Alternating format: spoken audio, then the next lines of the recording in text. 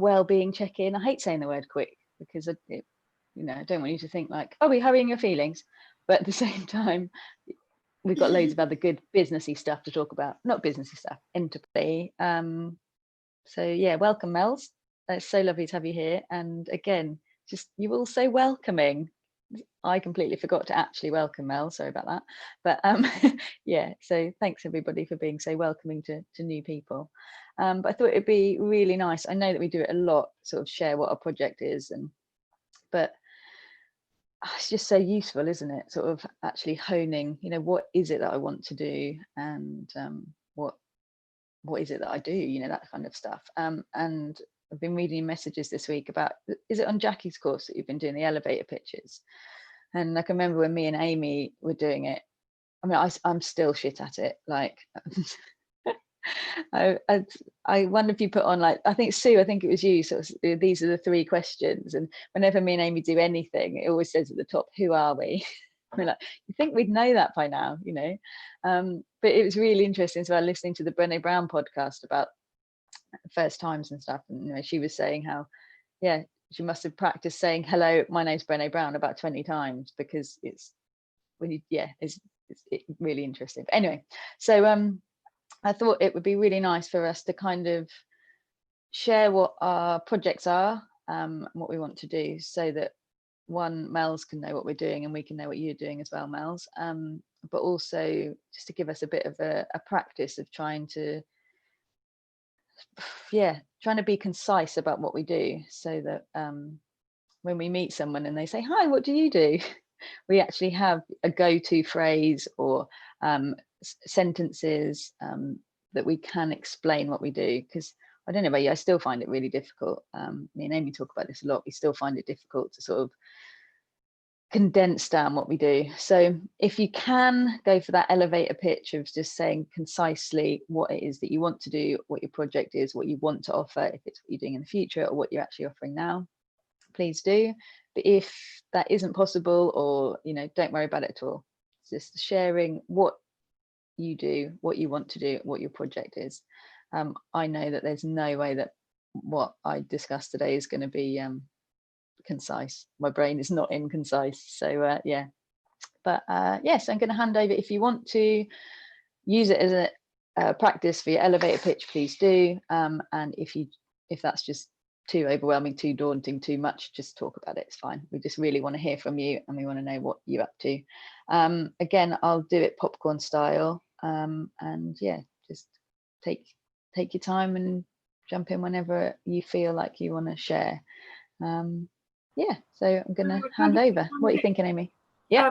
Does everybody know what an elevator pitch is? Yeah. So yeah. Yeah. Just sort of like imagining that you've walked into an elevator, and from floor 0 to like 3, someone says, "Oh, what do you do?" And it's like that moment in the elevator that you tell them what they do. That you do. It's very true, actually. It's a really weird thing, isn't it? Yeah, the name of it.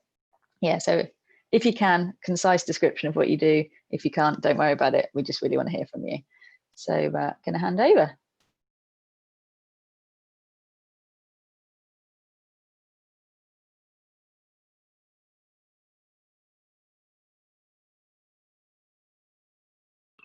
Okay, I'll give it a go. This is, I've never really tried this before. So my thing is being an artist and creative facilitator, and my aim is to inspire and be inspired in equal measure, if that makes sense. That's a good elevator pitch. Is that good? I mean, that's less than a floor, right? That's pretty short. But yeah, basically that. I'd like to find the balance between my own creative practice and my,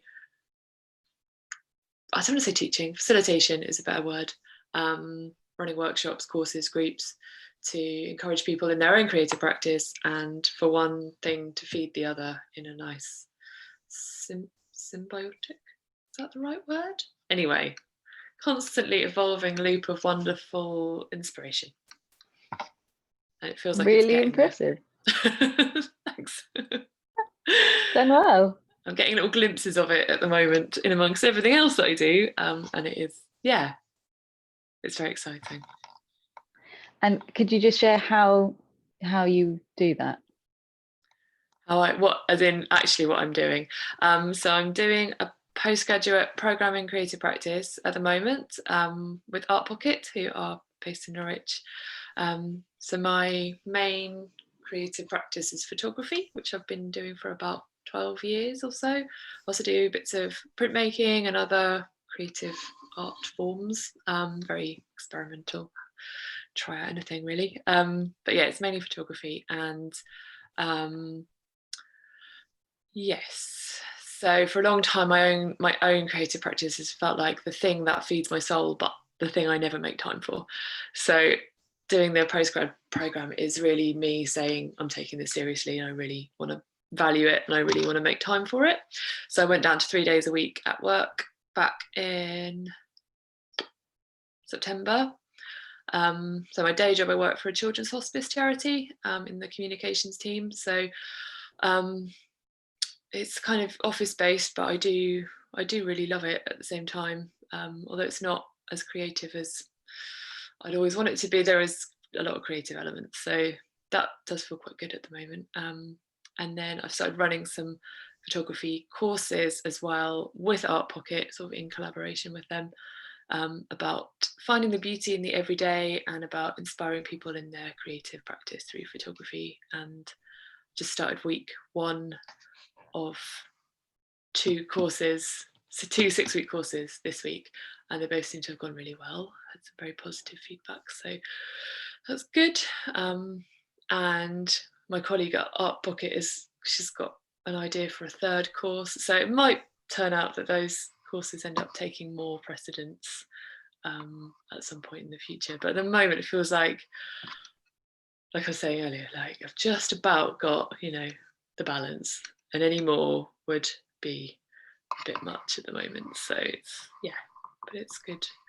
I'd always like to have more time to do my own creative work, but it's till I find a rich patron who'll pay me to take curious close-up abstract photographs, and I'll have to keep going with the day job as well. Anyway, that's a long elevator pitch. I went from the very short to the rambling. Anyway, I'll stop now.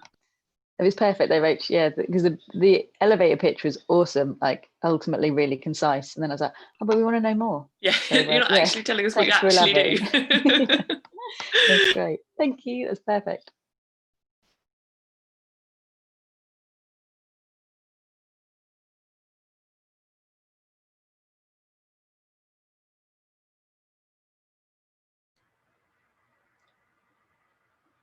I'm going to go next. I'm James, and I have set up Dream Co-Creators. And in it, I run one-to-one meditation sessions to connect you with your inner sacred space. I guide you to explore that space and interact with different elements in it, receiving gifts and wisdom from your subconscious mind. And then right at the end, we wrap it up, and it's always really obvious how it relates to your real life and what you really want to do next. And the value of it is you can connect with your sacred space instantly whenever you like without me after the session. So if ever there's any doubt about anything, you can just zip straight back in, connect with whatever element you need in that moment, and it's always there for you.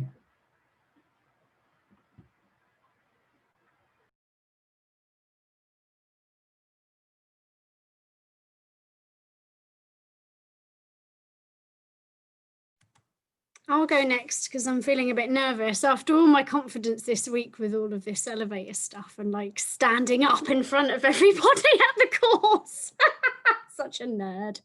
I even put my smart jacket on, which actually was really hippie and funky, but it was smart to me.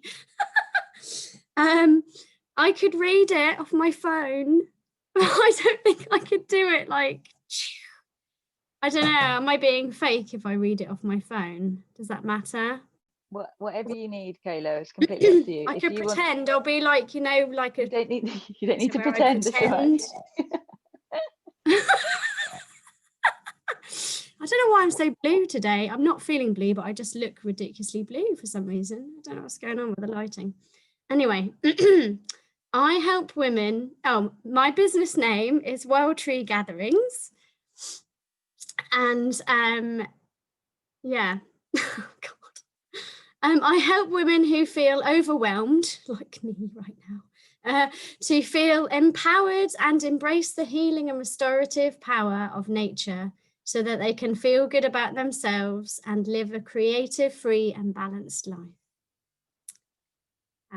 I took your notes, James, and wrote women who feel overwhelmed. Yeah, good tip.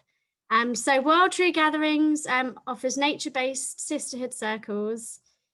And my offerings include Wild Women Dancing to embrace the 5 elements of nature that are within us and all around. And yeah, looking hopefully to the future to offer more sisterhood circles and a combination of maybe like online courses as well. I'm thinking about maybe setting up a how to run your own circle for people who want to set up their own circle, because I've been doing it for 6-7 years now, and I'm like, it'd be a lovely opportunity just to like bring all my stuff together and help other women who want to set circle up. Spoke to a woman today about it actually, and so that really inspired me because I've been thinking about it for a while. Oh, I'm rambling now. And I also wanted to reach out to mothers. And I've figured out I don't want to work with children. So I'm not going to go and do my forest school training and go down that road. I want to work with mothers and work with their inner child so that I can help them feel free and wild in nature. So that's really been a light bulb moment for me. So that's been really lovely. I still don't quite know if that's the same service as the other stuff actually, or something separate. And I think for now I'm going to put pause on the pregnancy strand because it just feels like too many different things and different client groups to work on, and I just can't cope with it all. So why give myself that pressure? As much as I really would love to reach out and do the pregnancy stuff, my background is I'm a doula, and yes, I do love, I want to work with pregnant women and offer blessing ways and things like that. But I think for now, that will come when it's meant to come. So yeah, I've rambled now, but that's me in a nutshell anyway. That's great. Thank you, Kayla. I think Robin's just put a message to say her audio's gone. Yeah, that's awesome, Kayla. Like that's amazing that you've got so much clarity about what you want to do and what you don't want to do. I think that's amazing. Yeah, awesome. Robin, can you hear us? No? Don't know what that would mean. Can you hear us? I'm just going to write her a little message just to say come leave and come back in.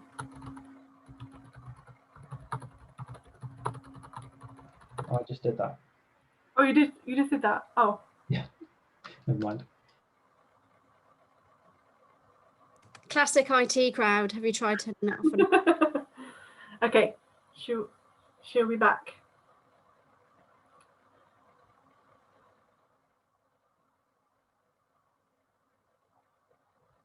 Cool. Does somebody else want to go, or if you want to? Oh no, she's here, so it's fine. We're good. Okay, carry on. Robin, are you back? Back. You're like. You're on the her love. You're There we go. Typical Norfolk, eh? God, dear. Sorry about that, Pete. That's so annoying, isn't it?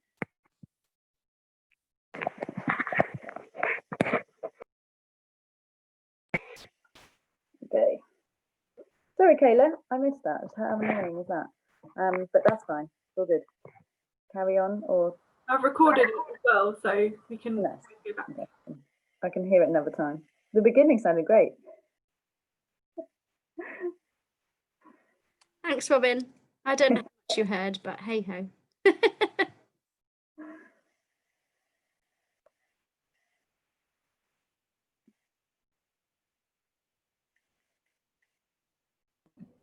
Should I go next? So I've been doing Jackie's workshops. So I have been working on my elevator pitch as well. So I'm going to read it off the page, but then I might sort of expand a little bit. So our project is called Off the Twig. So Off the Twig are a collective of artists working across different art forms to create work that encourages conversation and heartfelt community connection around themes of death and grief, with the aim of highlighting and transforming the negative impact of death denial and unprocessed grief on individuals, communities and society. Our work is for everyone who is planning on not living forever. So that's our target group, all the mortals. So it's really weird. Can I just ask everyone to, so it doesn't matter if there's background noise, can I ask everyone to just go take themselves off of mute, because I find it really strange when it's just complete silence. That's great. Is that all right? Yeah. Amazing. So what we're really interested in exploring in our work is that place where performance and ritual and ceremony come together. So with that in mind, that the big juicy idea is to do a kind of a public memorial event next year, sort of near the time of the Day of the Dead, which will bring together various different elements of performance and sort of beautiful loveliness, to have a sort of a non-secular, no, not a non-secular, but a non-religious, secular memorial event. So the idea really is it's kind of getting into the idea of grief tending, but with the specific idea of kind of remembering people that we've lost and connecting in community through that in a way that's really, yeah, that's just really beautiful. And so working title for that project is In the Light. Yeah, so really kind of excited about that.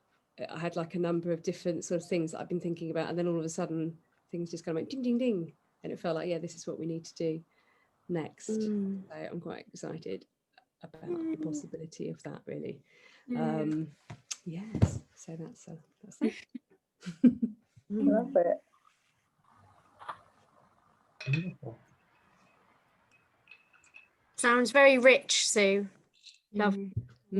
Clear. Yeah, thank you. Yeah, quite enjoyed doing it in the end, actually. Once I had some clear idea about the elements that had to be in there. Yeah, quite enjoyed putting that together. Thank you for receiving it.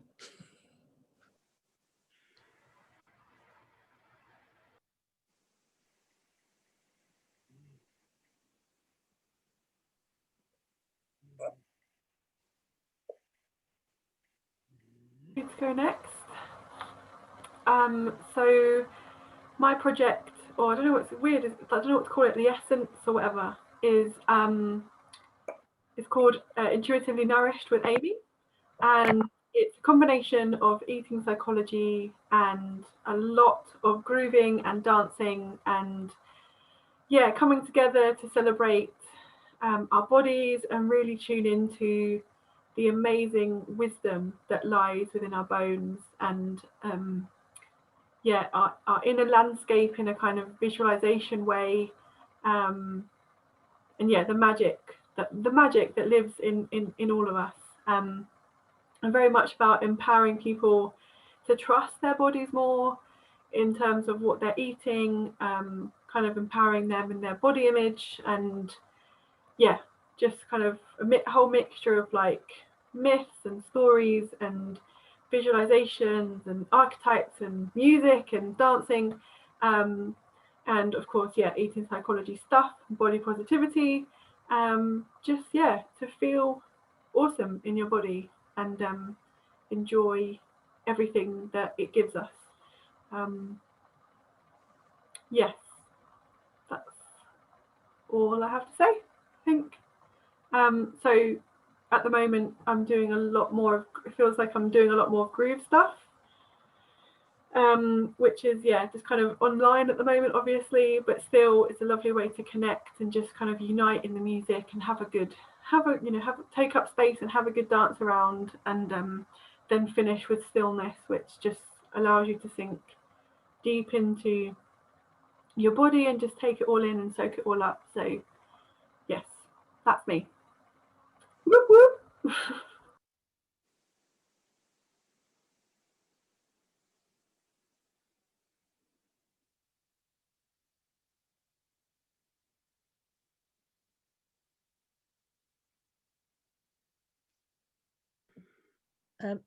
Okay, I could go next. I did the course with Jackie a while ago, so I know about the elevator pitch thing. If anybody wants to unmute, I also find the silence a bit weird, by the way. But I can't remember very much about it, so that's okay. I'm not going to try and remember it.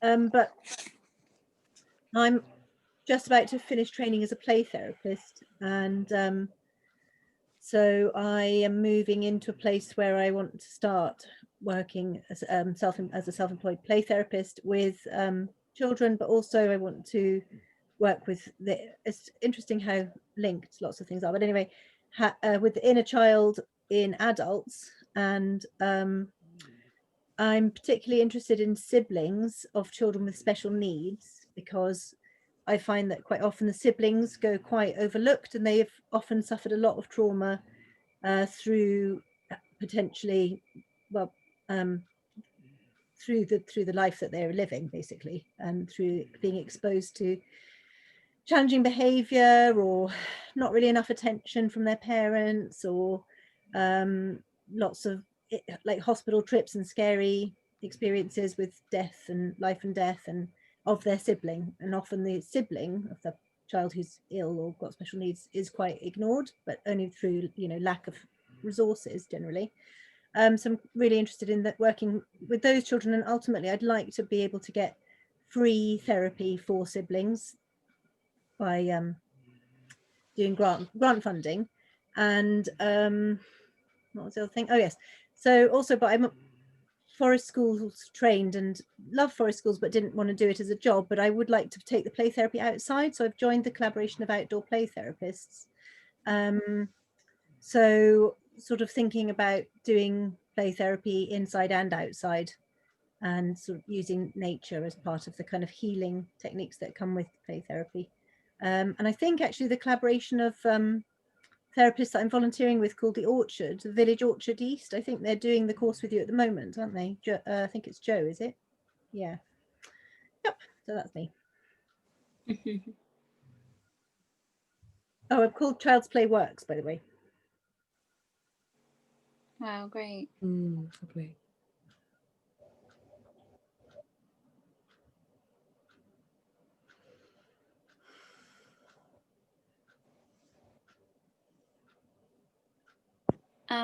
I think it's just me. No, yeah, I'll go. So I've really enjoyed listening, actually, and it kind of like mirrors of where I am. I'm kind of in like a deep listening mode at the moment, and yeah, I've had two quite big losses in my life recently, which has kind of meant that I've just really slowed down, and stuff that could be and needed to be is kind of gone. And so I guess really I'm just sat here kind of thinking, like, I think actually my project right now is kind of me. And I'm quite enjoying it. And I'm learning so much in this self project. So I have no elevator pitch. I'm just spending time with myself in quite a aware, self-aware kind of conscious way at the moment. just watching my movements, watching what I do in my work. So my work is, I'm an ex-teacher and now forest school leader, and the beginning of when we all first met up, I'd taken on some land to set up a growing space for adults with disabilities, and that's kind of flowing really beautifully, and it's lone work, so I work up on the land on my own most of the time, with some volunteers. And I guess what do I want to do there? My kind of my aim is that I love to kind of create a space for people to come and spend time in nature, connect with nature and themselves and others, and build a community, feel part of a community. And I love it. I go to work and I and I get paid, and that's great. That's like extras really. And I was sitting underneath an oak tree the other day thinking, I really would love to create my lifestyle that I could work 4 or 5 days outside, outside all the time. At the moment, I work kind of 2 or 3 days outside and 2 days inside. I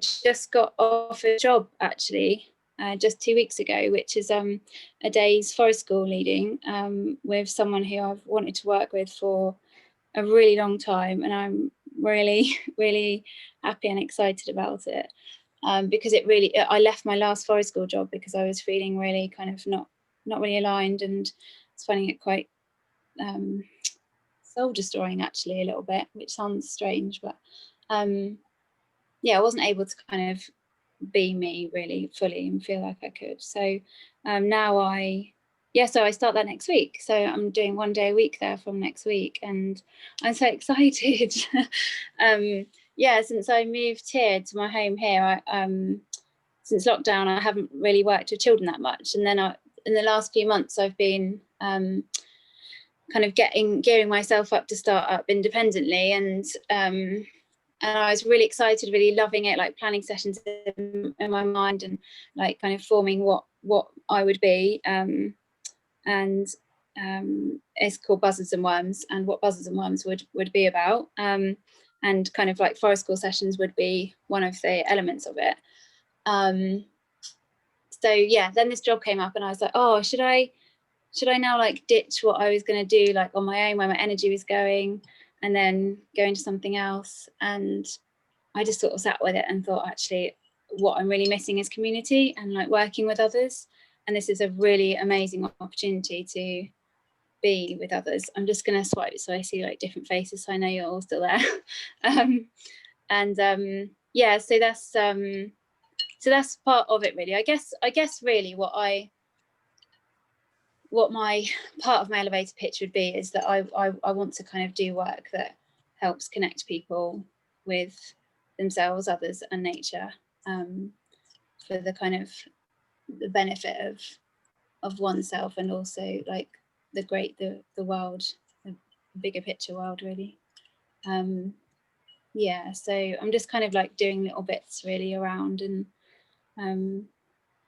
as I kind of sit with myself on quiet nights and days like I've had today, I kind of think about the things that I would like to do, like what do I enjoy doing, and then think about how I could do that with others. So I think that's me really. I think I've rambled a little bit, but sort of said a little bit about what I am working towards and working on.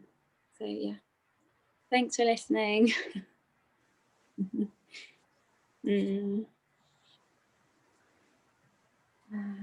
last. I definitely don't feel ready to make an elevator pitch. And actually listening to you, I was feeling a little bit embarrassed that I hadn't prepared a bit better for this meeting.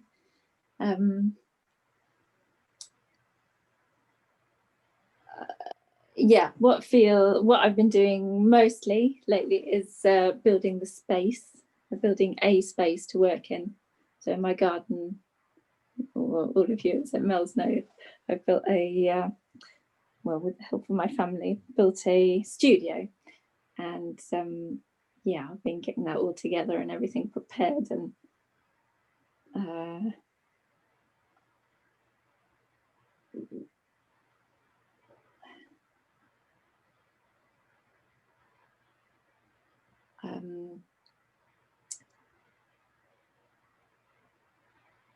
I feel stuck with what to say. Yeah, it's a space for me to create all sorts of different things. So it's got different areas in it.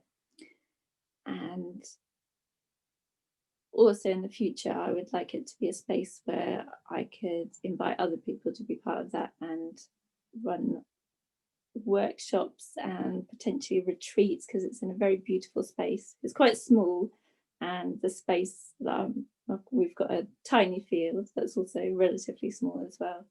But I feel, yeah, it's such a beautiful place, and I really want to invite people into that as well.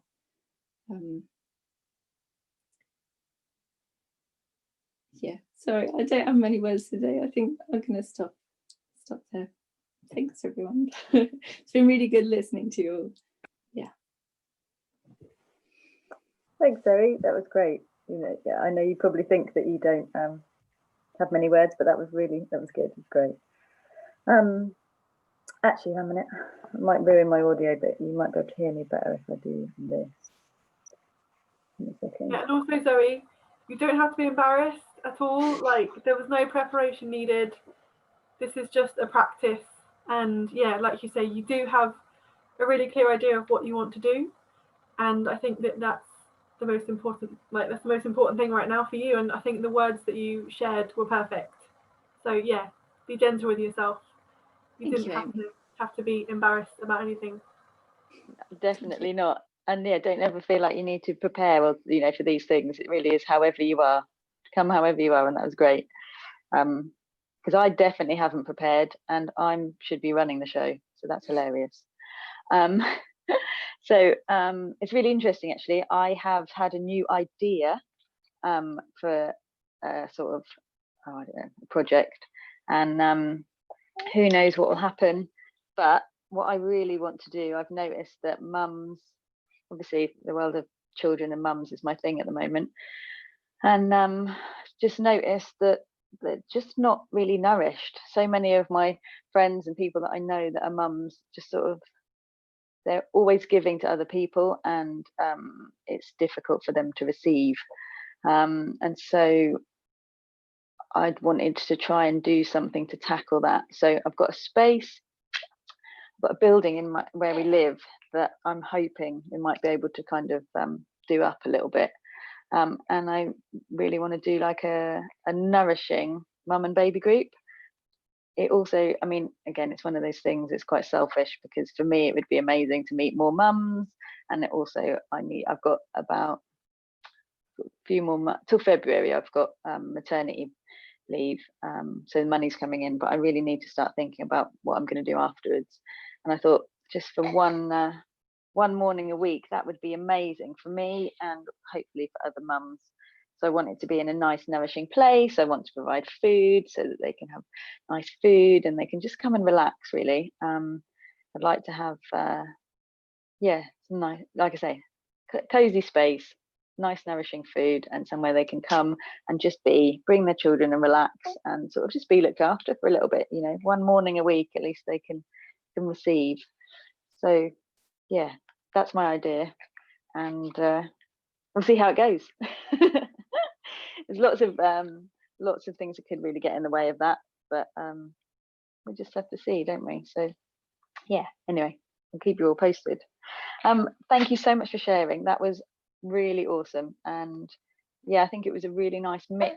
You all did really well to sort of condense what you do, but also elaborate enough so that we all know, you know, so males can get a feeling of what you're doing and that sort of thing. This is typical, isn't it? Little baby's going to wake up now. Oh, but they always look so sweet, don't they? When I wanted to talk to you all, you might be all right. So thank you so much for sharing. And what I thought it would be really nice is if we could use this session to talk about first times. Again, it was inspired by the elevator pitch, and how when we have to do something for the first time, it can be mega daunting. And we listened to a pod, as you all know, I'm a massive Brené Brown fan, and when she started her podcast, she did her very first podcast was on FFTs, which, excuse my swearing, stands for fucking first times. And I don't know if anyone got a chance to listen to it. Again, it wasn't essential at all. I just thought it might be useful or nice. And I really liked that podcast. I listened to most of it again today.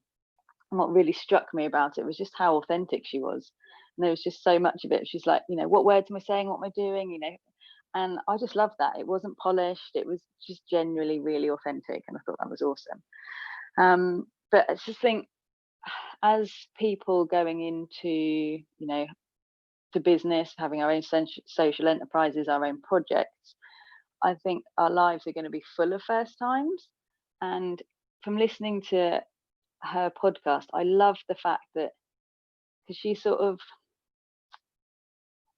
how she approaches things, she sort of creates a system out of it, doesn't she? And so I thought, if you haven't listened to it, that's completely fine. I'll just share some of her elements. And then I thought it'd be really nice if we were able to talk about some of maybe the first times that we've got coming up, if we'd like to prepare or have any wisdom of how we can prepare for them. Or maybe if we've just done something for the first time, we can share what we did to get through and to make the most out of it, so that because you've all got so much wisdom and knowledge, and it's so wonderful to listen to all of your experiences. And I think that sharing is what makes this group such a wonderful place to be. So I wanted to kind of capitalize on that and utilize it so we could all help each other, really. So I'll read you a bit about the Brené Brown stuff. I wrote it on my phone and then realized that if I'm talking to you guys on my phone, I'm not going to be able to do it. So I very, very badly scribbled it into my little book. So again, I love Brené Brown because just the words that she uses, and she makes everything so easy to understand for me. So one of the things I had to write down is she said that when we name and own hard things, it gives us power to affect change and achieve purpose. That's okay. Yeah, so, and I think that's the thing, isn't it? Things, we're always confronted by hard things. And it was just amazing for me, the fact that actually, if we just acknowledge them, that's one of the first steps in actually overcoming them. And it almost seems too easy, but that was great. And I love, again, her wording gives us power to affect change and achieve purpose. And again, it just really sort of seemed to sum up to me what we're about in this group. So another thing that she's saying is that, the thing that we're doing is hard. It's hard because it's the first time. That's why it's hard. It might not necessarily be that the actual thing that we're doing is that difficult for us, but because it's unknown and it's the first time, it's gonna be hard. So I love that. So she talks about naming it. The first step is naming it and realizing that actually this is the first time that we're doing something, whether it's an elevator pitch, whether it's the first session, whether it's whatever it is for the first time. It might even be, just making a flyer or anything that we're doing for the first time. Again, what I love in her podcast, she talks, some of her examples are getting a fringe, which I love how the Americans call bangs, and riding a bike. They don't have to be like massive things. They can be these tiny things in our lives, but if we've never done it before, they can be really, really scary. So the first things to do is to name it, and by naming it, that allows us to do three things. Normalize it. She's saying that when we normalize something, we're basically saying to ourselves, this is exactly how it's supposed to feel. I've never done this before, and so of course I'm going to feel like this. And I love this as well. She says it's uncomfortable because it's brave, and brave is uncomfortable. And I was like, oh my God, it's so true, isn't it? Like when we're being brave, it's really uncomfortable often because it's really vulnerable. So yeah, I I kind of really wanted to remind myself that, like, when I am feeling uncomfortable, it very well may be because I'm being brave. And I thought that was really cool. So the first step is normalize it. It's the first time I'm doing it, so obviously it's going to be difficult. The second step is to put it into perspective. Hello. And she's sort of saying that, you know, this is the first time you're doing something, and it's not permanent. You know, the more you do it, the more you're going to practice at it, the better you're going to be at it. So it's not a permanent feeling. But also to remember that just because you're having difficulty with this one thing doesn't mean that you're going to have difficult with everything. You know, you might be a bit shit at it the first time, but you're not going to be shit all the time. And also that doesn't mean that you're basically shit at everything. So again, it's just having that bit of perspective that things are hard now, but they're going to get better. And then the third one she talks about is reality checking your expectations. And again, this is just huge for me. And she just said often that we set ourselves up to feel shame and disaster. So again, it's like, oh, I'm going to do this thing and it's going to be amazing and I'm going to be wonderful at it because I love it and all that kind of stuff. And I've done that so many times. And actually, I do love it. And I probably am wonderful at it because I've chosen to do it, you know, so it means I'm good at it. But the first time I do it, it's going to be uncomfortable. I probably do it terribly, or I don't do it as well as I want to do it. And that's okay because it's my first time. But it doesn't mean that just because I maybe don't do it as well as I want to the first time, that I'm always going to do it that way. So I just thought that, you know, they're really simple, but it just made so much sense to me. So again, so realizing that it's the first time doing something and naming it, normalizing it, putting it in perspective, and then reality checking our own expectations. So that's what she says to try and help when we're doing something for the first time. So I hope that might be useful for you. I've put the link in the message if anybody wants to listen to it, because I think it's about half an hour, maybe 40. Baby's having a poo. That's always good timing, isn't it? You might hear that, hopefully not. But anyway, just wanted to let you know that's not me. Here's the baby. Yeah, so if anybody gets a chance to listen to it, it's a really good affirming podcast. And again, for me, it was affirming because the power of it, a lot of it was in the authenticity that she shared. So I'm going to open the floor to you guys now. So I want you to have a think about, again, like I say, are there any first times that you are coming up to that you would like to talk about or ask for some help with? Have you had a first time that you have been really proud of yourself about how you've dealt with it, or that you've noticed that this is how you can do it, or even that it didn't go well and you want to share what not to do? You know, anything that you want, anything that you want to share about that.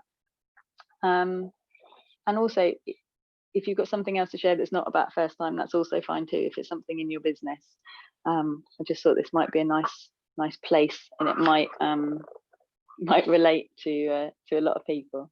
So yeah, has anybody got any questions or anything they want to say before I sort of open it up for sharing? Yes, Amy. Robin, I need a wee, so I was just checking if anyone needs a wee break. Oh yeah. Before, just to think about what we're going to say, a couple of minutes. But if not, I'll be back in a minute. No, I like that a lot. Let's do it. Yeah, have a think about it, because I will use this too for a wee. And yeah, have a think about anything you want to share or have to share, any advice and wisdom you have, or any advice or wisdom you'd like to ask the group for. And we'll see you all in 5 minutes. Robin, I'll see if I can get. Yes. It's so lovely to see you and River together. It's so sweet. Thanks, lovely. Yeah, I'm going to dash because I'm going to try and see if I can get a nappy changed in 5 minutes. Good luck. But I'm also thinking I'm not quite sure he's finished, so this might be a slightly volatile time. But yeah. Don't rush I will too. We're still at it. We're still at it. I could get covered. Could literally get covered. All right then, peeps. I'll see you in 5.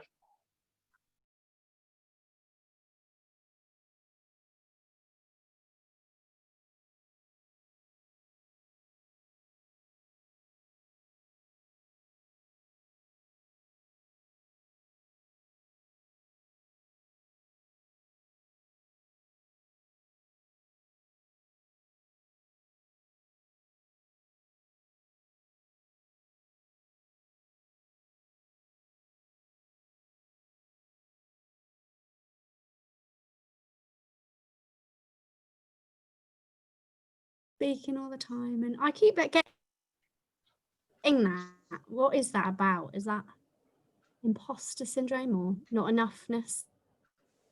I don't know. It's crazy. I don't know, but it's not true, Kayla. So Yeah. don't you Anyway. worry. Okay, thanks. It's just in my head, just making shit up. Yeah, so it's been quite a journey for me this week, actually. Kind of embarking on this 5-day challenge on Facebook, and kind of thinking about business in a different way. It's kind of blown my mind.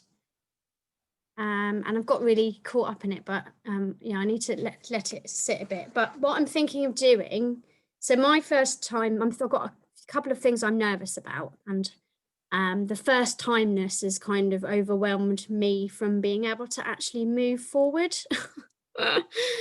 So the first one is the fact that I've set up this new Facebook group that I've invited most of you to. And it's like and it's funny because it's not my first time setting up a Facebook group. It's like, so I do it quite a lot. But it feels like the first time because it's like the first time that I've decided that this group is aligned with my business and my kind of future and my what I want to put out into the world. And so because it's felt so important, I've been really freaking out about what to put on it.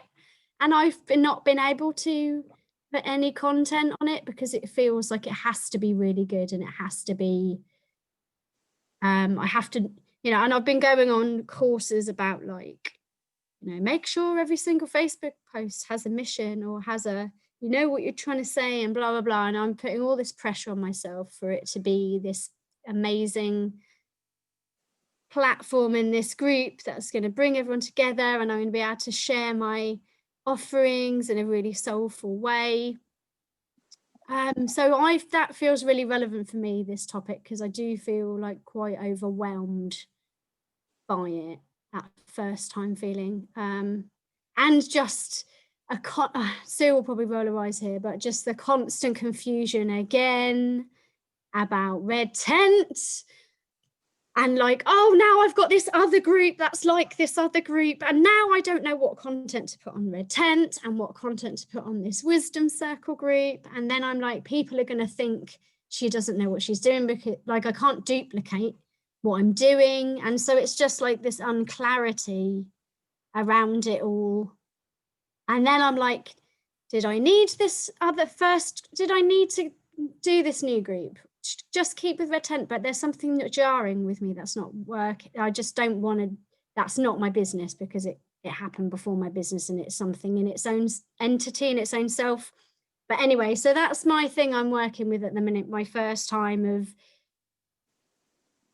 doing this new group. And my other thing is I'm thinking of hosting a 5-day free challenge with my new group to invite people to come and join in, and it's going to be 5 days of ritual, wild woman dancing, positive affirmation circle, and I'm really excited about it, but I've never done this before and I'm petrified.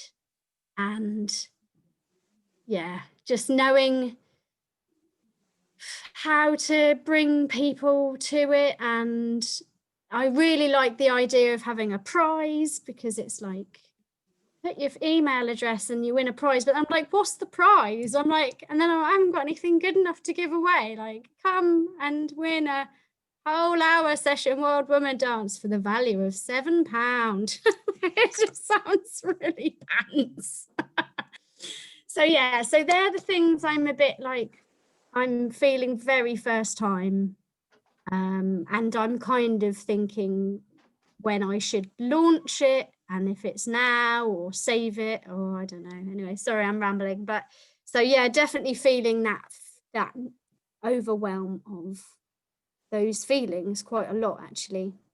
Thank you.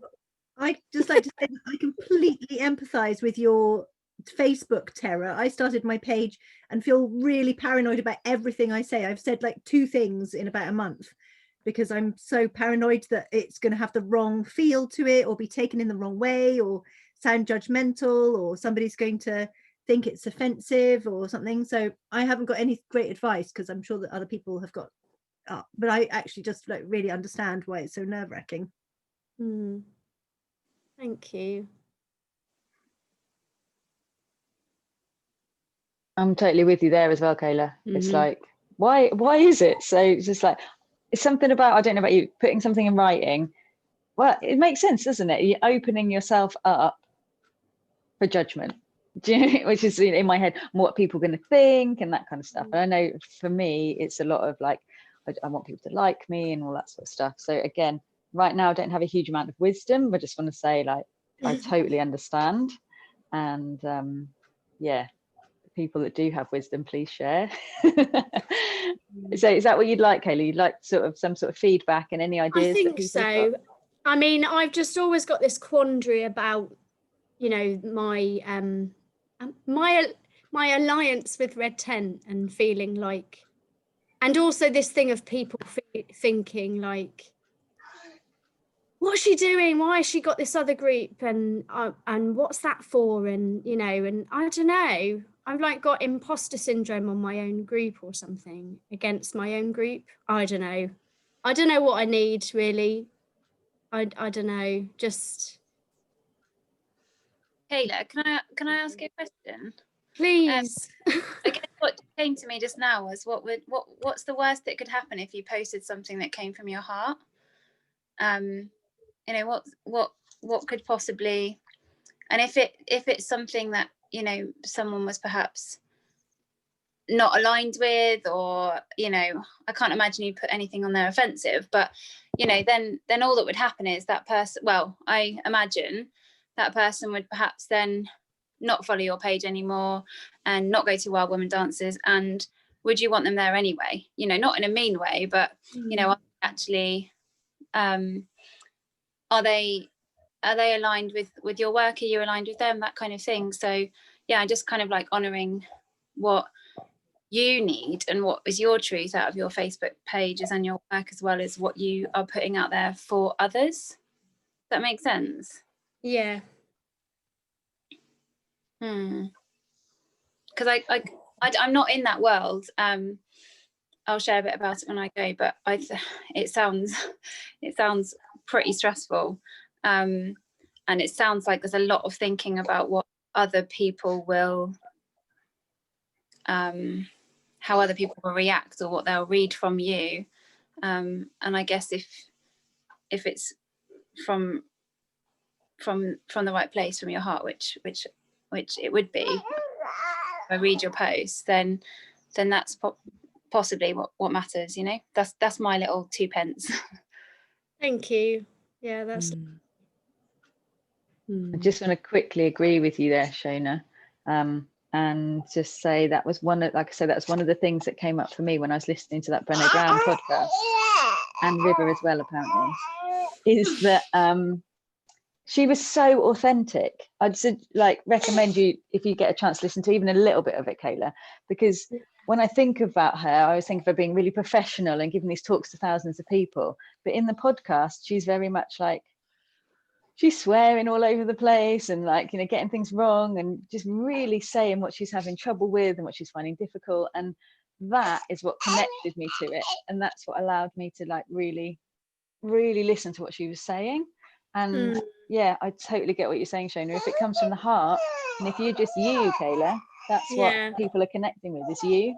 But that is, I get it, it's really vulnerable, isn't it? So it is really vulnerable. And the new group feels like my new direction. But yeah, I mean, I don't think anyone probably could have any words of wisdom about like my whole group dilemma, because it's kind of up to me, isn't it, really, to make the decision, like, to whether to just stick with Red Tent and not do this new group, or whether to have both, and if it's okay the content's the same, or just does that look lazy. Can I just say something, Kayla, because my perception, because Red Tent is a worldwide movement that, you know, some women, you know, recognize what that is, and actually what you're offering with your project is, you know, it is separate to that. And my sort of perception of it from what I've seen of, you know, your Facebook page and different things you share, is that it is distinctly different, because this is your, you know, this is your project and this is your business and your vision, whereas Red Tent is something that is a sort of a collective vision that nobody has any, you know, there isn't one person that's sort of driving that particular thing. So it does feel, to me, it feels like it's quite distinctly different, and it's That's okay for you lovely to to own know. that. Yeah, thank you. I Yeah, think I your need vision. to hear that. Yeah. You know, but if you started seeing posts that were the same on the book 2 circles, would you start to think a bit like, oh, well, why am I part of these 2 groups if it's the same? I suppose. Well, I don't think they are the same though. I think that what No. you're, I mean, you're offering something. Yours is really specifically about the nature connection aspect of it, the wild woman dancing and that side of things. Whereas, you know, Red Tent is about women, sisterhood, circle sitting in circle ceremony. And although there is crossover there, I think they are quite, you know, uniquely different. You're offering something that is uniquely different. So I think that's cool. You got on that, baby. And I just had a light bulb moment while you were talking, which is what I need to do, which is what I was just thinking. And I've been scared to ask for help for years, is just to say, hey, Red Tent sisters, who wants to help and be part of the crew and admin? Because then it won't be just my voice anymore. And then it won't matter, because everyone else will be responsible. And then that can help me kind of not move away from, but, you know, take away that pressure I'm putting on myself. So thank you, because whatever you said, Sue, just there's something that won't click. The worldwide thing that was, and actually if yeah, and if people don't step up because it's not the right time for them, or people are busy and that's the thing, then maybe it's okay for you to just kind of take a step back from that for a bit and just put your energies into your, you know, in your project. And that's okay too, if, you know, because sometimes maybe there won't be the people there to step up because it maybe isn't the right time. It's okay to just go, okay, I'm just going to step back from that and just do my thing for now. That's okay too. Thank you for that permission. I needed that, because I've put all of this big stuff out, like on Mondays it'll be Mindful Mondays, Tuesday will be this, Wednesday will be this. I'm like, oh God. Yeah, I sister, just gonna have a breather, I think. Yeah, and also cut yourself some slack. Just in terms of what you were saying about like worrying about what you were saying and whether it's, you know, getting everything right or getting things perfect, like I can really relate to that. Like I don't have a Facebook page, but I do a lot of the e-newsletters and stuff for work in my day job, and honestly I spend hours checking every spelling. I get someone to proofread them, and then I check them again, I check all the links and I check them again, and I think, actually, if I got an e-newsletter which had a spelling mistake in it, would I really harshly judge the person who sent it to me? No, I probably wouldn't even notice. And if I did, I'd just be like, oh, well, they're only human. Like, it just wouldn't bother me at all. So I don't know why I give myself such a hard time about getting everything absolutely perfect when I don't judge other people in that way. So that might be something that's useful to think. As I keep trying to think that, like, judge myself as I do others or whatever, rather than being quite so harsh on myself. That's helpful. Thank you, Rachel. That is really helpful.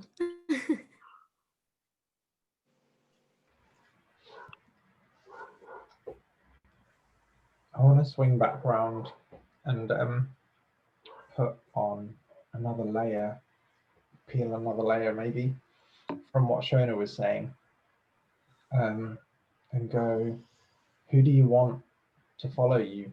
Who do you want in this group?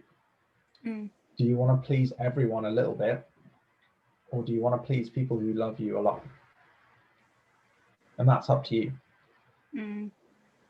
It's... That's lovely, James. You say it again. Oh, sorry. Who do you want in your group? Do you want to please everyone a little bit, or do you want to please the ones who love you a lot?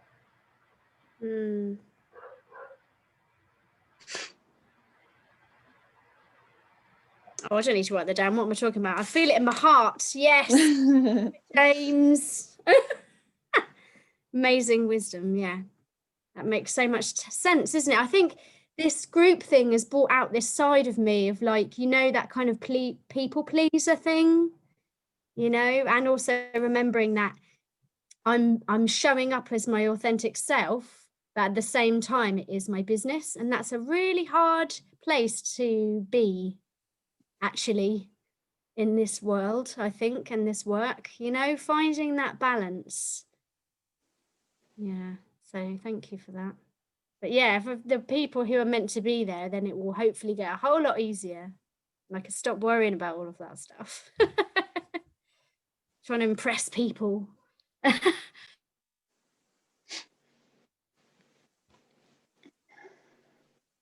think that's the thing though, isn't it? Like you say, I remember when I used to work for people. Well, actually, it's interesting. Even with Soulshine, it's great because I feel like I can promote Amy's stuff really easily. Like, she's so great at this, and she can do this. And you know, when I worked in a different business, I can promote it totally because it wasn't me, not putting myself on the line. Whereas, like I say, when it's your own thing, when it's something really personal to you, it is vulnerable putting yourself out there. So I think it makes complete sense, Kayla. But like I say, it's about how do we overcome that, and yeah. I suppose it is about realizing how awesome you are and how your individual thing is really important. So, and you're awesome. You're just awesome. Oh, thanks. I'm getting all embarrassed, like I'm hogging the floor now. Somebody move on to someone else now. I can talk about my first times of recent times, if that's helpful. So last week I ran the first session of 2 new photography courses.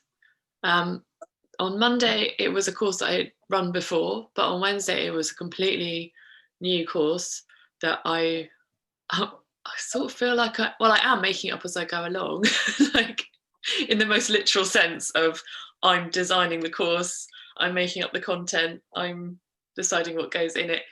Although I am running it in collaboration with Art Pocket, so it's not all on me, it does feel like no one else is going to do the work, you know? So it was really interesting, like watching my process. And I think I do this all the time. When I'm a bit unsure of how to do something, or a bit scared of how to do something, or I don't know how to do something, I just procrastinate and I put it off and I put it off and I put it off. And I do this in life and I do this in my day job.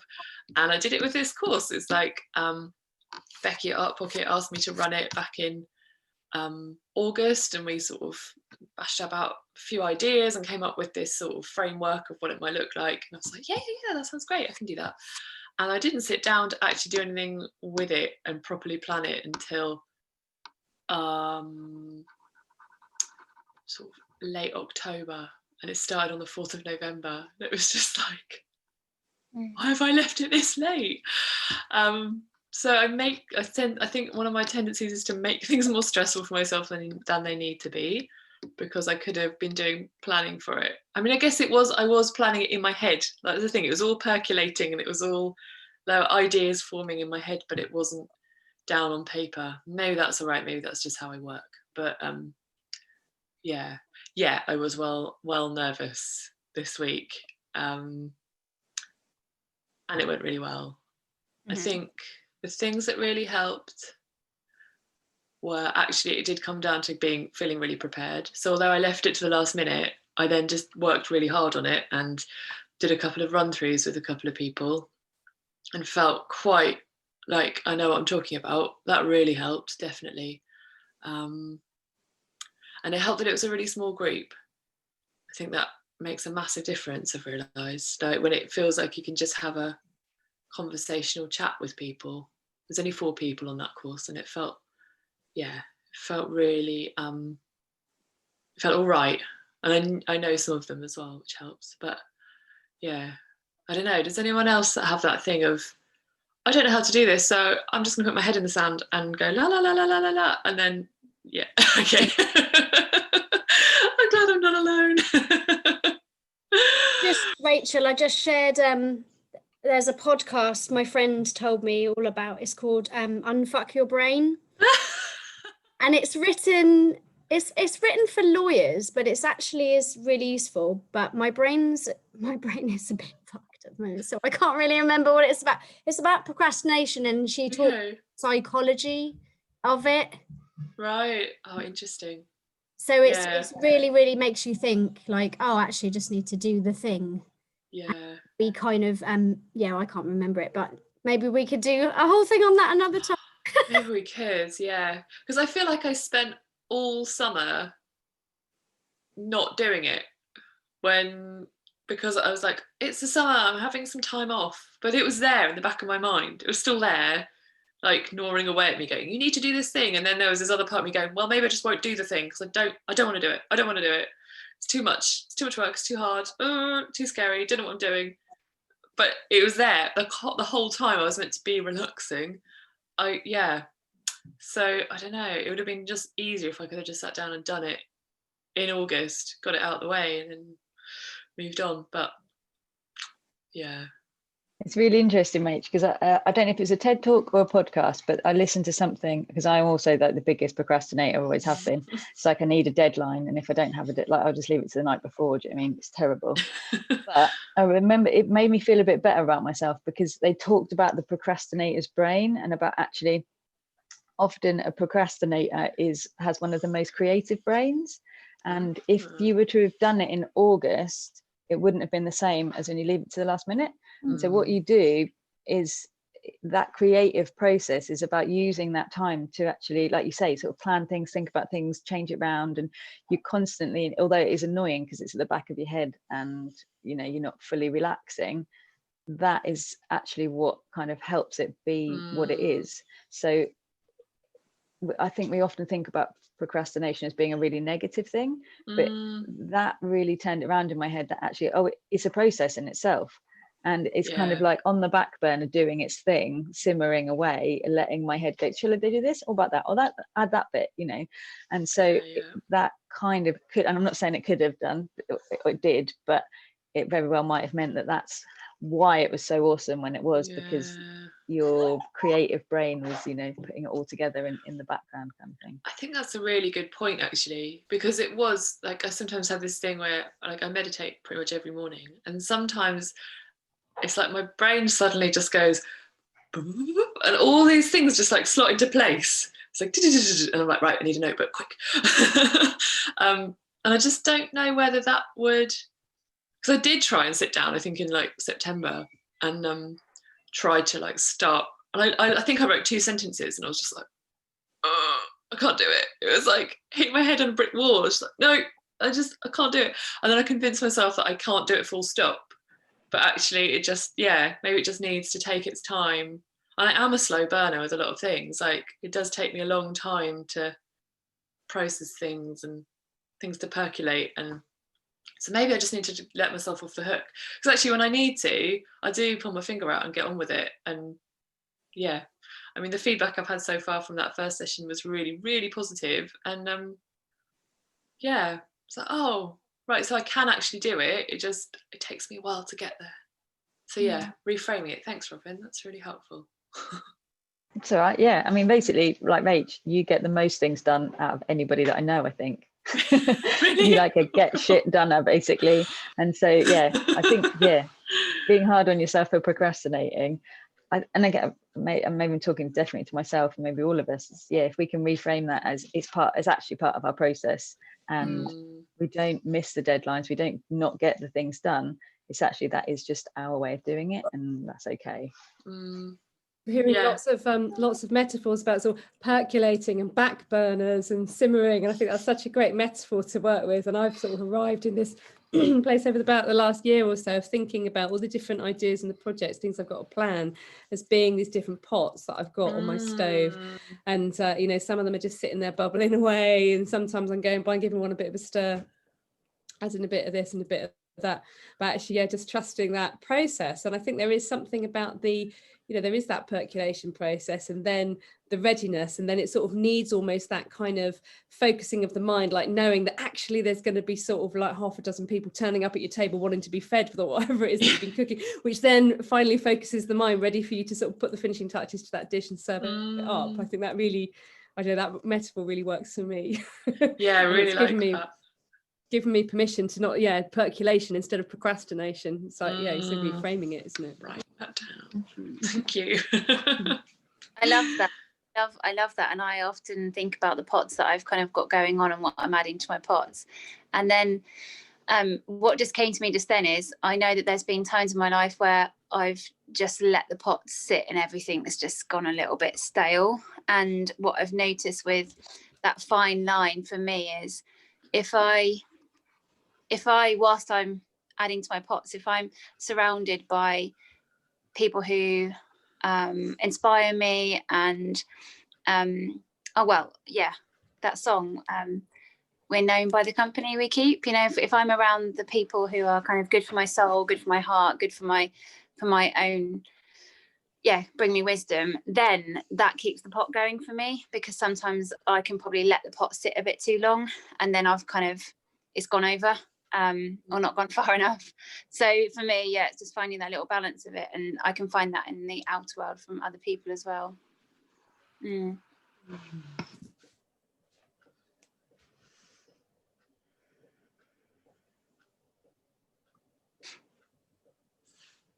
I've been thinking about times when I've got really, really nervous about doing something, which is usually holding a group or co-holding groups. And usually they seem to go all right, but sometimes I freak out about it afterwards, and then that stops me doing it again. And I was thinking, what's the difference? And it's probably talking about it afterwards and getting that feedback so you know where you are. So even if things have gone wrong or not quite how you wanted them, it's like those things don't need to be at the back of your mind, like freaking you out. They're there and they're clear. I was thinking about the first sweat lodge we ran, Robin, this summer, and I was super nervous about that, but then when it actually happened, it just it flowed, and the whole it was being there with the group. It's like, it's not you're not performing, it's like you're just nudging everybody in the right direction a little bit, and that just happens. And because we were co-running it, doing it together, it was it's not all on you, and then you can talk about it afterwards. And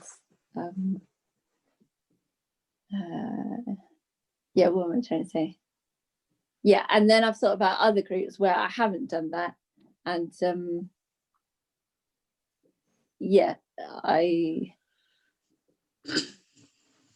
it scares me too much sometimes, and then I like put it aside. I think that's really fascinating, Zoe, because again, obsession with Brené Brown. How she said about we set ourselves up for shame and disaster by having really high expectations of ourselves. And then the other thing that she says is about how like shame is, I can't remember her words, but basically if you talk about things, it destroys shame. Shame can't live with empathy, basically. So like you say, though, it makes complete sense, doesn't it, that actually if you've got someone to talk about it with and they'll point out, oh, actually this was really good and that kind of thing, that you maybe were more sort of able to do things afterwards. So thanks for the wisdom. I'm going to go before my baby cries in your face. I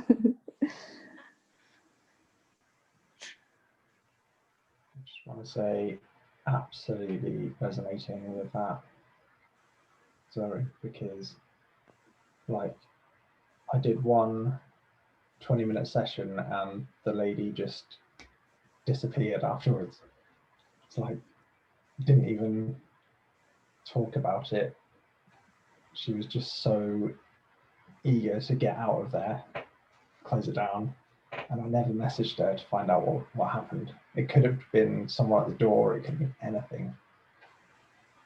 And then from there, I didn't do anything on this project for about a month. Mm-hmm.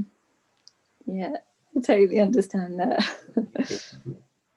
But if you messaged her, maybe, yeah, even if she was freaked out and left you, it could have tied it together and made you feel much more comfortable, both of you. Yeah, I would have been able to do something about it. Mm-hmm. Yeah, I think it's maybe more of a challenge in this online world somewhat. I don't know, I feel like running groups or something in person, often there's a little, you get a sense of, I don't know, I feel like I pick up so much from body language, and you get a sense of how people are finding it. And often there's like people, stand around and chat at the end. And I don't know, it is weird being on Zoom and everyone's just like, I don't know, everyone's smiling, okay, that's probably really good. And then it's like, bye then, see you next week. And it's just like, poof. Everyone's gone just in an instant. I do find that quite interesting. Maybe it's something about building in feedback processes or having 2 minutes to check in at the end and how did everyone find that? Has anyone got any feedback, positive or otherwise? Or I don't know. Tricky one. Yeah, I think that's totally, makes so much sense, Rach, to build in the feedback. Because again, whenever me and Amy would do workshops, always, you sort of, especially if it's the first time you're delivering something, you're looking out into a sea of faces, because there's always so many of them. Sometimes there was two, sometimes it's a room full, but you're looking at these people, and so often they're looking quite blankly back at you. And I don't know about you guys, but like we talked about how we just make up stories about like, oh my god, they hate it, this is terrible, they're literally awful. And then because we got into the habit of giving out this piece of paper and feedback cards at the end, and then we'd sit afterwards and read them after everyone had left, and everyone's like, oh my god, it was amazing, I had such a lovely time. And it's like, oh my god, really, that person thought that? Like I would never have guessed from their facial expression and that sort of stuff. So it is really interesting, I think, how we do often presume the worst. And so, like I said, that idea of asking for feedback, even if it is like a minute at the end or one word to say how you found it, just to sort of put our minds at rest and stop us instantly going to the negative, because I think it's really natural that we pull it apart and we look for the things that we were doing wrong. And this way, it's just so uplifting to actually realize how people really feel about what you're doing. And it's usually the complete opposite to what I'm making up in my mind. Yeah, and I think so often with courses, like people often wait until the end of the 6 weeks, and then they send out an evaluation form of the whole thing, and then you get your feedback a week or so after maybe, and it might be good or it might be sort of quite useful constructive criticism. And it's like, oh well, can't do it. Well, obviously if you're going to run that again, you can put that into place, but it's actually really helpful, isn't it, to get that feedback as you go along. So yeah, worth considering.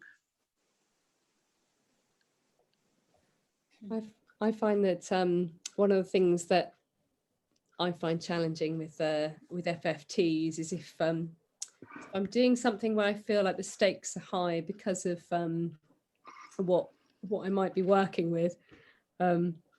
So, sort of most of my adult life I've been performing, and actually every time that I perform is an FFT, because it's always a new audience or a different venue. It's like, even if I'm doing material that I've done before, I've never done it maybe with this particular audience. And that, and that never goes away. In fact, it probably gets worse. And, sometimes it's like a kind of exquisite torture, I find sometimes, of like, why am I putting myself through this? This is absolutely horrible. But then the sort of feeling of elation that comes at the end, it's like a drug. But at the moment, I'm working towards, so I'm collaborating, working towards co-facilitating with a fellow grief tender to hold space for a grief tending circle. And so what I'm finding challenging about this is that although I feel like I can sort of embrace the fact that it won't be perfect, I feel the responsibility of making sure that it's okay, because we're, you know, we're inviting people to be in quite a vulnerable space, you know, and touching on things that can be quite difficult. So you know, I'm really nervous that my kind of like, oh fuck, am I ready, you know, am I ready to step up to doing this, am I qualified enough to do this, who the fuck do I think I am, you know, that will, because when I feel like that, I start to get a bit nervous and a bit sort of like almost like a bit over enthusiastic, which might not be kind of at all the right vibe really to bring to something that's, you know, about sort of like dropping into a space where we're, you know, really sort of connecting. So yeah, I think that weight of responsibility for people's experience when it's something vulnerable is something that's really playing on my mind at the moment. I mean, we've got a grief tending event coming up, which we've really scaled down, and we're sort of doing it within the current guidelines, and we're sort of letting everybody know that's coming to this very scaled down event what we're going to be doing. But that sort of adds another element to it as well. So, you know, this is sort of this time next week, theoretically, I'm going to be co-facilitating this grief tending circle, which is a bit scary. Yeah, so I don't know if anyone's got any wisdom about that. Holding space for vulnerable, I mean, at the moment my thinking is very much about how you sort of set it up in terms of, you know, we are actually all ultimately we are responsible for ourselves, and actually you know, at the beginning of any grief tending event there is always self-care is at the top of the agenda, you know, taking what you need. So actually there is an element of responsibility, and I like to think that we're not going to be, you know, doing anything that's going to be just really, really difficult for people. Sue, you have everything that, you already have everything that you need, because you're so compassionate and caring and thoughtful and mindful, and I just feel like you're going to be absolutely brilliant. And I totally hear that you're feeling the nerves of the first time, and you know, there's always that concern about how people are going to be. Is it going to be too much? Is it going to be this? Is it going to be that? But I think that you're amazing at holding space in general, but I know you're going to be absolutely amazing in that deep, rich, you know, healing space. You're the perfect person for it. So thanks. you need, sister. Thanks. I'm trying to sort of, come on, Sue, take the compliment, listen to what the nice lady's saying. Thank you, Amy. That's really lovely to hear. I really appreciate that. I wanted to just resonate. Oh, sorry. Okay, Kayla. Right. Sorry. Oh, well, I was just, I mean, I don't know if I've got anything new really, but just more wonderful praise for Sue, and been circling with you for 6 years now, and you know, on that journey, and yeah, I love the way you can just drop into that space. And I think the fact that you're really aware of all of your like concerns is gonna be brilliant, like gonna help you, because you've got that self-awareness of that, you know, and that thing of like, when you drop into that place of vulnerability as a strength, and you give others permission to do the same. And you always say that to me. You always say that to me. And it's so true. And what you just said, you know, about responsibility, and, you know, we say that in counsel sharing all the time, don't we? And but I totally hear you, because that happened to me. I was sharing that with you, wasn't I, and Amy, about how I led a Samhain circle with the red tent, and a woman walked out because it was too much. And I felt so shit after that. I just never led a circle based on that topic again, and grief and because, you know, and I felt really responsible, but I had to, we set it up so as to say that you have responsibility. And actually at the end of the day, she had responsibility of herself by leaving. So that was her self-care. And it was just about letting go of that responsibility. And just trusting the process of the circle will hold everybody and what needs to be. And everyone is there equally, you know, in that. Yeah. Thank you. I just, when you were talking then about, somebody leaving, and it just reminded me of something that has been spoken about at the beginning when we're sort of setting things up for grief tending events that I've been to, and witnessed another facilitator talking about how actually, if you need to, if you're self-care, you need to get up and go, but stay in connection with us. Don't just drift off. And I think that's a good thing maybe to put in the ground rules there, isn't it, about staying in connection. It's like, it might be too much, but if you need to go, maybe stay nearby. But if you have to actually go, just send us a message or something, just let us know that you're okay, check in with us. Or would there be a possibility for a breakout space? Was like a snug? Not in the circumstance. No. Probably not this time, just because of the circumstance. Being able to find a space that we could actually work in that's got this, that's big enough. It's just logistics. I mean, particularly, it's tough at the moment because on the one hand, I think we've had this conversation about, oh God, should we just be, is the universe just saying, just don't do this now, don't do this. But then, we're going to be so much kind of in and out of doing this. Actually, if we can set something up where, we're within the guidelines, but we're saying to people, this is what we're doing, and you take responsibility for whether, and if you're feeling called to be doing this work at this time, here's what we can offer, and here's how we can, keep you all safe. But ultimately, it's your responsibility, emotionally, COVID-wise, whatever that is. But it does mean that, there are some limitations in terms of what we've got for resources, but I don't know, it feels like it is right to just go, fuck it, we just need to, this work feels important right now, so let's just do it.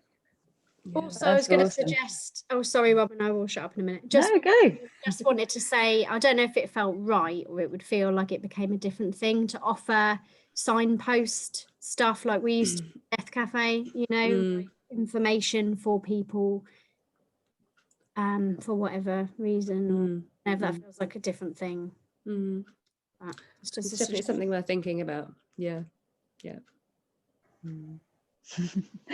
Kayla, don't worry about that, because I was just going to basically say what you said anyway, so it's wonderful. Just going to reiterate that.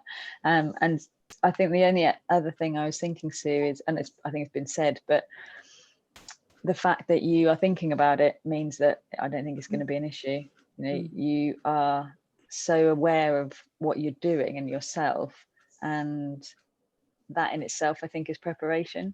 So if you've been a bit sort of like, oh, it'll be fine, then possibly then issues might come up. But no, I just feel like I feel like you're prepared. I also feel like it's just about who you are, and you are really good at that stuff. That's kind of, it's just in your core. It seems that you just make people feel very at home talking about difficult things, and that isn't something that everybody has. So I suppose what I'm trying to say is trust yourself, because we totally all trust you. Thank you. Thanks everyone. I think when recently I held my first Way of Counsel circle, and it's been something that I've been kind of working with and kind of supporting for a while. And when I the first one, something big in my own life came up, so I decided to postpone it because it didn't feel appropriate to kind of bring the heaviness of my own situation in for that first time of gathering, and I knew that it would do. So when we kind of met, and it was on Zoom, I was sort of sitting there thinking, I'm so fucking nervous right now. And then I was asking myself, like, what is it that I'm nervous about? What is it and when I started to have that conversation with myself, it really helped me, because it kind of put things into perspective of, well, what is it that I care about here? Am I worried what people will think about me? And it was people in the gathering were people I know and love. And so that wasn't it. It was actually around doing the kind of whoops, am I still here? Yeah. Facilitating in a way that kind of brought Way of Counsel to people, with honouring and like respecting the process of it. Doing it right actually is what I'm trying to say, is am I doing it right? Am I honouring the way of it? And I think when I opened the circle, I just sort of said, like, this is my first time. You know, I've sat in many of these councils and now I'm sitting here in a different seat, and I could be wrong, and I think that by doing that, actually it kind of just made it really clear, like, where I was and who I am, what I'm bringing in this moment, and then other people can kind of drop into that place as well of like, oh, okay, well, she's human too, and you know, become much more relatable. And yeah, there's stuff that I definitely that I missed out. There's stuff that I'll bring in next time, and I keep going back to this thing of like, when I see people doing what they do with authenticity and from their heart, it really, really moves me and inspires me, and which moves me to do the same with what I do. So, and that is the best I can do in any moment. So yeah, perhaps then I can then do what I do and someone else will be inspired just like I'm inspired by someone else's work. So yeah, just kind of staying true really, and open about it. And that opens up that door of vulnerability, which is like the tricky door, that tricky, like, delicate door to open, and also really necessary if we're gonna kind of connect at deeper levels. Yeah. I guess like my first times thinking about running my own groups and stuff with children, that's kind of on the periphery in my little pot being stirred around at the moment, and just sitting with that really, whether that's something that's going to happen sooner or later and how. So just taking my time with it. And today I maybe if there's time at the end I'll share it, but I a week ago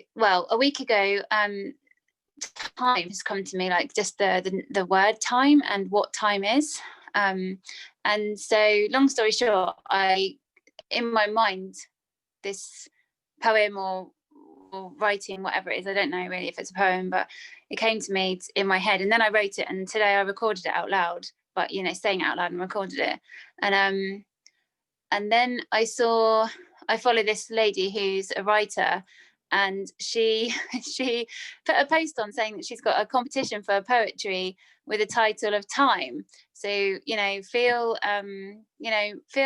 moved by what you think time is right now, and you know what it means to you. I thought, what? That's so fucking weird. Like, so anyway, I thought it was all too much of a coincidence. So I sent in my I can't believe it. Sent in my like writing about time to this competition, and yeah, let's see. So that's definitely a fucking first time. Is that right? Yeah. That's my first time. So let's see what happens with that. Yeah, if there's time and space, I can read it at the end, maybe, if you like. Yeah. There's always time. Yeah. And also I think it's my first time of like really like just sinking into myself so deeply at the moment, like first time in 32 years. So I'm learning that too, not being taught that, so that's my learning at the moment.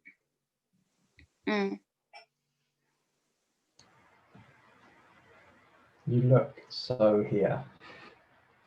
It's just amazing. Oh.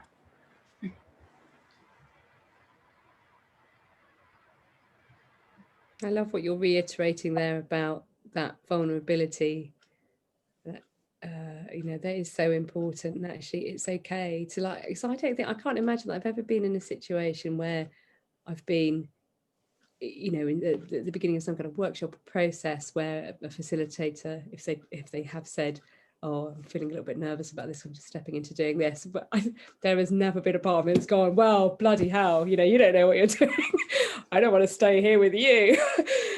It's always actually made me feel kind of like, oh, okay, that's okay then. Yeah. You're human. I don't have to kind of like put you on a pedestal and, you know, you're just one of us. And yeah, absolutely. Yeah. It's so important. Aw. So yeah, thanks for reiterating that. It's so important.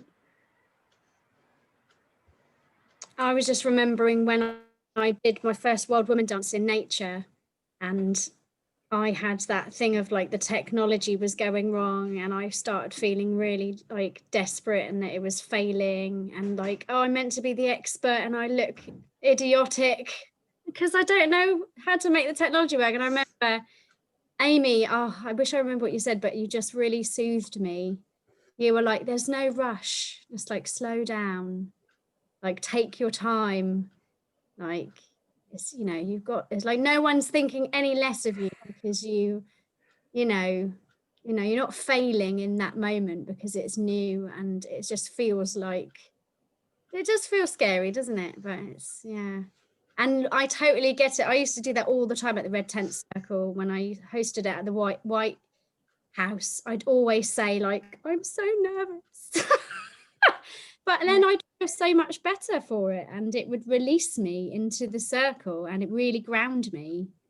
And everyone else was with you always, you know, and new people who were there who've never done it, you're giving them permission to feel those feelings, you know. It's amazing to just be so honest.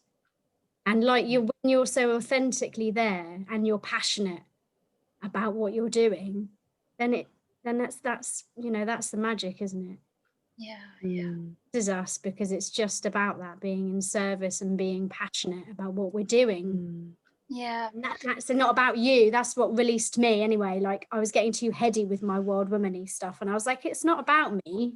It's about this wonderful thing and the feeling, and you know, the flow of it can release us from that fucking first time feeling. I think it's maybe because we care so much about it, and we care so much about the experience of the people that are engaging with it. We feel like we want them to have the best experience. It means bringing the best of ourselves, but we live in a culture where the narrative about what the best of ourselves isn't necessarily, you know, doesn't include vulnerability, does it? You know, and you know, when has that ever been framed in the culture as being something that's the best of ourselves? But actually in that moment, maybe that is the best of ourselves that we can give to somebody, to be vulnerable together. And bringing us into the moment, like the moment, that very specific moment of like, okay, right now I feel this, like, you know, it's like a checking in, a self check-in. And then when I can do that, then it allows somebody else to check in with like, oh, okay, well, how do I feel right now then? Like if she's saying that she's feeling that, you know, when I'm around people that do that, it really makes me stop and breathe and be like, all right, where am I? You know, and then that moment is made a moment, you know, not past. Yeah, just expressing what's true is really, really necessary. I'm linking this back to what Robin said as number one. Name it as a first time, or name it as you're nervous. Setting free the other three parts. And actually, I was going to say, when someone's running something that I've signed up to and they seem nervous, my first thought is actually always, ooh, who's this? This is really new. That's exciting. It's not one of the same old pedal stories from, you know, that you see in the adverts all day. It's something brand spanking new that someone's really excited about. Cool. So that was a nice light bulb.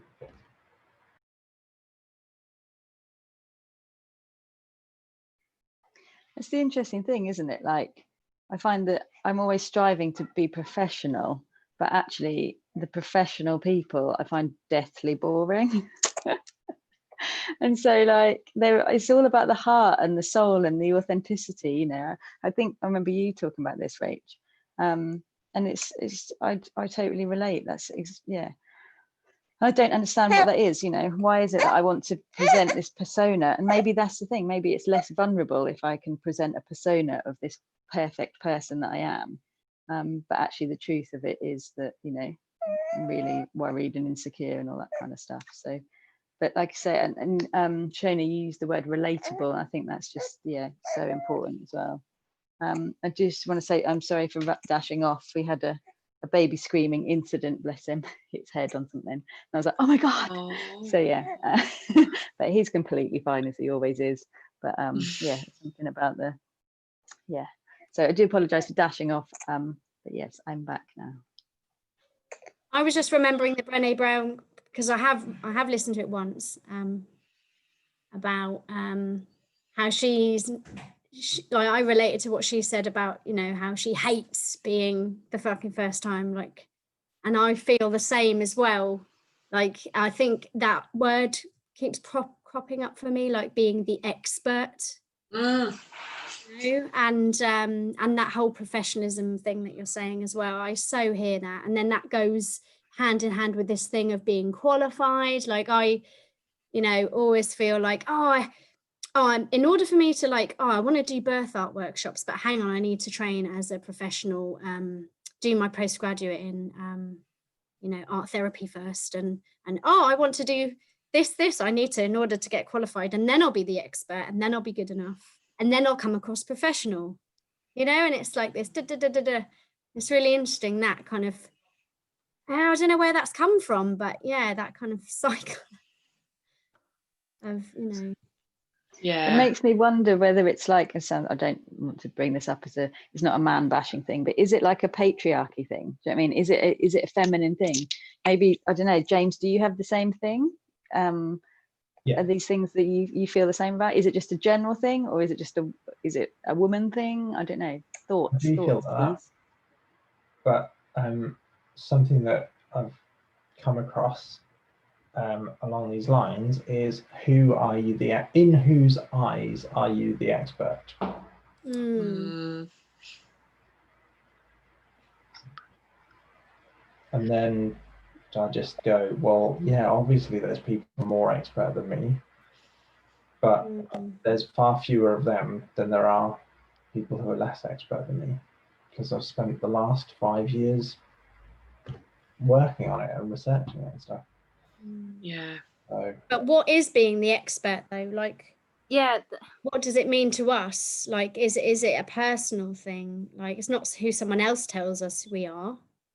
Is anyone ever really an expert? You know, like what's coming to me now is like, what is an expert? What the fuck is that? I mean, is that even reachable? Like, are we ever experts at anything? Does that mean that we've stopped learning and there's no more growth? That's, and we're finished. Yeah.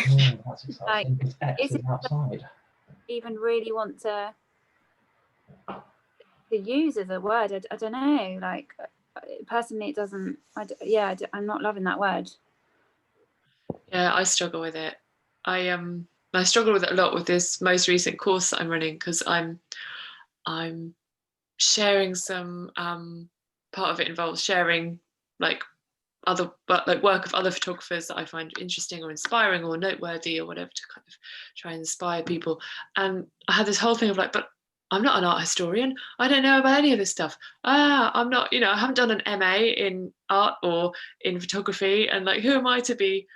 And it's like, actually just come back to this, like, I immerse myself in this stuff all the time. I'm constantly looking at like art and photography that I find interesting on Instagram, online, on exhibitions. It's like, oh yeah, I just need to share what I find inspiring. And, you know, I was really clear as well in the first session. I was like, I'm not an art historian. This is not like a history lesson. And actually, nobody wanted a history lesson. That's not what people were there for. It was just like a bit of scene setting, a bit of context, a bit of introducing people to stuff that they'd maybe not come across before. And because I was sharing people that I find really interesting, I think that really came across. Whereas if I tried to do a kind of potted history of landscape photography, I think people would have just been like, this is really boring, because I'd have been finding it boring, you know. So I think that's the thing. It's like, I don't know, it's not, I keep trying to think it's not about being an expert. And there will be things I'm sure that people ask me and I'm like, I don't know. I have no idea. But if you find out, let me know, because that's a really interesting question. Like, go find out, go look it up on the internet, because that's what it's there for.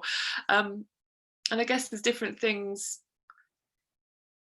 Like some things maybe do require more expertise, and other things, I don't know where I'm going with this. Like, it's not like I'm setting myself up as a brain surgeon. Obviously, if I was going to do that, I'd want to be qualified and want to be an expert. But what I'm sharing is not that. It's more about what I'm passionate about, what I'm interested in. And yeah, so I don't know, I'm rambling now, thinking out loud really. But it's just a really interesting, yeah, that expert thing. I come up against it a lot. And it really triggers my imposter syndrome for sure. Just thinking about the mantle of the expert, which I don't know anything about apart from the fact that it's a sort of dramatic approach to learning, sort of education. But that idea of like having like the mantle of the expert. So we're not necessarily going, I am an expert in this, but sometimes we might put on the mantle of having some expertise, some knowledge in this particular thing at this particular time in this context, and then maybe that makes it a little bit easier for us to just kind of step into putting on that mantle for that moment, empowering ourselves with recognizing the expertise that we have in that moment, but not necessarily calling ourselves an expert. I don't know if that helps at all. You say that again, so not all of it, sorry. The mantle thing. What is that something? The mantle of the expert. It's a mantle of the expert. It's a type of approach to learning and education, but it's just the term just came into my mind as we were talking about the idea of kind of being an expert, and just kind of thinking maybe we could just wear the mantle instead of defining ourselves as being an expert. I think it holds me back a lot, actually. I think it's, there's always that feeling. I think James is saying there's always going to be people who are more expert.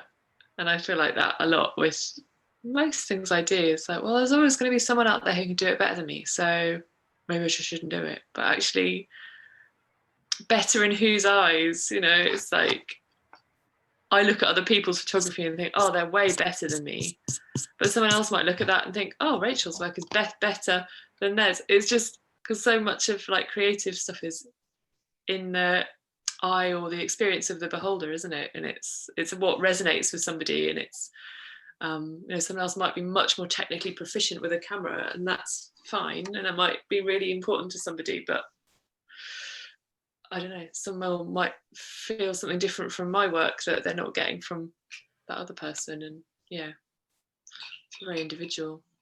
I find It's really people who are creative that I have like so much respect for their innate creativity, and they just own it. Like, you're just born with it, it's yours, or and so like I don't know, I mean, I've come across loads of glass ceilings in my work which required qualification to ever be allowed to move up, even regardless of how much knowledge and experience I had. Without the actual piece of paper, I was not allowed to move up. But when I like look over to people who are doing creative work, I think like that it transcends that in a way, because they've just got this innate quality that they were born with, and they get to kind of go, yabby sucks, I can do this without any bits of paper. And so it's just like what you were saying, like, who resonates with your work? Who for whom does your work resonate? Those are the people who you're the expert to. Love it, Mels. It's really interesting. I listened to a podcast about singing, and they were talking about how we hand our power over to the experts, and they were saying how back in the day everybody used to sing. We used to sing all through the day, singing like, I don't know, cooking breakfast and getting water or whatever. There was songs, and there was just singing everywhere. And then there was the invention of like the gramophone and recording records, and suddenly that got that in order to, you only sung if you're a professional. Only professional people sung, because otherwise people started comparing themselves to the records, and so gradually, because everybody handed over their power to these professionals, we all stopped singing. And I just thought that was so sad, because singing brings everybody so much joy. It's sort of like innate within us, isn't it? But in listening to everybody, it's really interesting, because we could be doing that in everything that we do, couldn't we? Just handing over our power that we could do something that we're good at or something that we could share with people.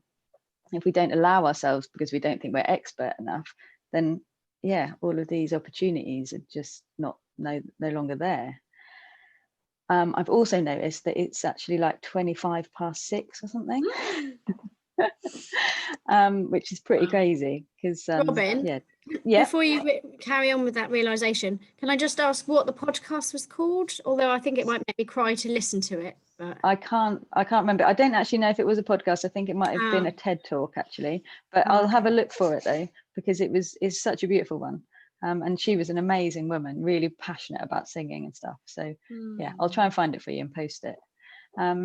So yeah, very aware that we've taken a lot of your time. Has anybody got things they'd like to say before we go, or anything, final bits of feedback or questions to ask, or anything that you'd like us to come back to at another time?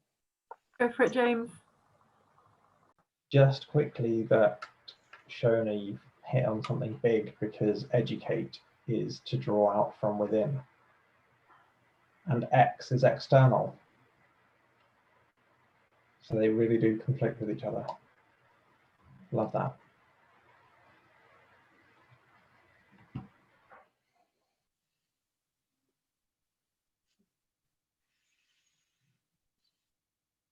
Awesome. Anybody else, anything you want to say? Or I hate cutting people off, and I feel like this conversation was awesome, but I imagine you all have lives, places to go.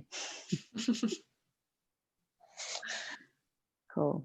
Amy, have you got anything you'd like to say? No. Sorry, fireworks everywhere. Oh, fireworks, poor doggies. Yeah, I'm just aware that Mels and James, you didn't really get to share like your first time. Yeah, I just wanted to check that you're okay with us finishing now, and perhaps you could post something on the group, or if that feels okay, just so it's fair that everyone gets their own say and their own kind of feedback and stuff. What are you guys feeling? Yeah, totally fine for me. Okay, Mel. Okay, well, if you're okay to maybe, if you feel called to share, if you want to be added to the group, obviously, Mels, I can add you to the WhatsApp group, and we can still, continue the conversation there. But yeah, it'd be great to hear Shona's poem if everyone fancies finishing on that. Yes, please. Okay. This is the first time. I'm just gonna put it out there. All right, let's see. Okay. I'm by candlelight. I'm not really loving lights at the moment, so all right. Can everyone take their mute off as well? Because I so I don't, kind of speak into a void sometimes. If you can, if you can't, then if you've got crazy dogs and fine, Mels, I can see you nah. Okay. So right. What is time? What is time? The digits on our watch, or where the hands meet numbers on our clocks? Is it when the alarm goes off? What is time? Is it that deadline, or when that diary reminder pops up? Is it the queue in the shop, or those traffic lights? Or could it be something more? Could it be when the sun rises to kiss the trees, or when the birds tweet their first chirp of the day? Could it be when the seedlings sprout and the plant begins to take form? Could time be when the tide is in and it's time to swim? How about when fruits and flowers bloom, or when the allotment is bursting with gifts of food? Is time when the trees drop their leaves and when the last falls? What is time? Is it breathing, the in and the out, the rise and the fall? Is it laying on a yoga mat or upon the earth? Is time a longing for? Is it being wished away? Perhaps it's all in the moon, the new, the waxing, the full or the waning. Is it a birth or death, or an experience of being alive? What is time?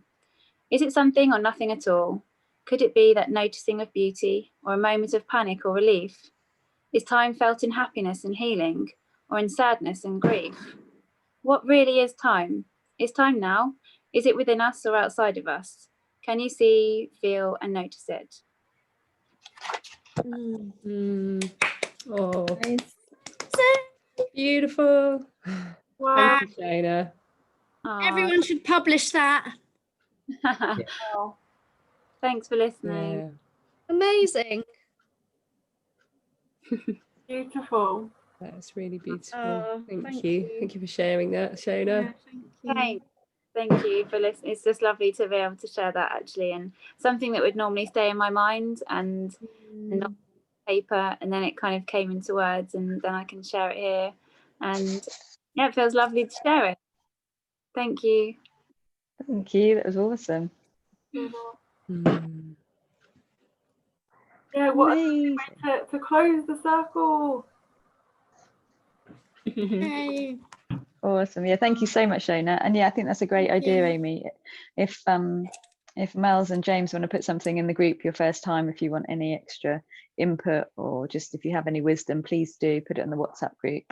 And anybody else as well, if there's anything that comes to you, any wisdom or any advice that you need, obviously keep posting and reaching out, because it's a really awesome place for support.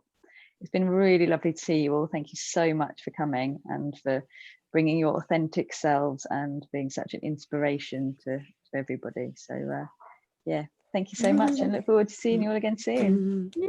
Everyone. Thanks, everybody. Lots of love. Loads of I love. Thanks, love this everyone. group. Virtual Love the hugs. group. Virtual hugs.